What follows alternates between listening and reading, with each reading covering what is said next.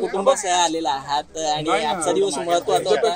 1.5 महिन्यानंतर आज सर्वजण मतदान करायला आलेले आहेत. काय एकंदरीत निश्चितपणे यावेळेला मतदान उत्साहानं होईल असं वाटतं.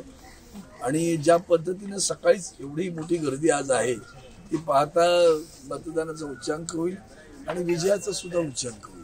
विजयाची हॅट्रिक तुमची की मोदीजींची? माझी, शिवसेनेची, आदरणीय उद्धवजी बाळासाहेब ठाकरे यांची. महाविकास आघाडीला किती जागा मिळतील राज्यात? महाविकास आघाडीची तर आहेच आहे, पण ज्या पक्षाचा मी आहे त्याच पक्षाचं नाव घेतलं, महाविकास आघाडी.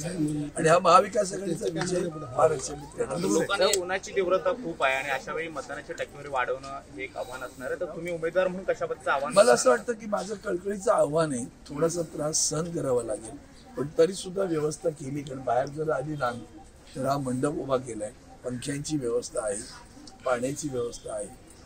सर्वांनी जे तुमच्या मनामध्ये धगधगत आहे ती धगधगत आहे ती त्यासाठी तुम्ही सगळ्यांनी बाहेर आलं पाहिजे. आणि ती जो काय म्हणूया आपण आदर किंवा चीड दोन्ही गोष्टी त्यांच्या मनामध्ये भरलेल्या आहेत अक्षरशः.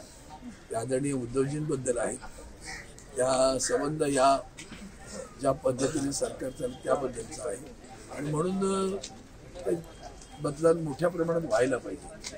व्यक्तिगत नुसतं बोलून जमणार नाही, सर्वांनी मतदान करा ही माझी कळकळीची विनंती आहे. सर, विरोधक म्हणतात प्रचार झालेला आहे. जे चिन्ह आहे तुमचं त्या चिन्हामध्ये काय चिन्हामध्ये फरक दिसून येईल कारण का अजून दोन्ही शिवसैनिक एकमेकांसमोर लोकांना कळतं बरं का धगधगतंय कुठं आणि आडवं पडलंय.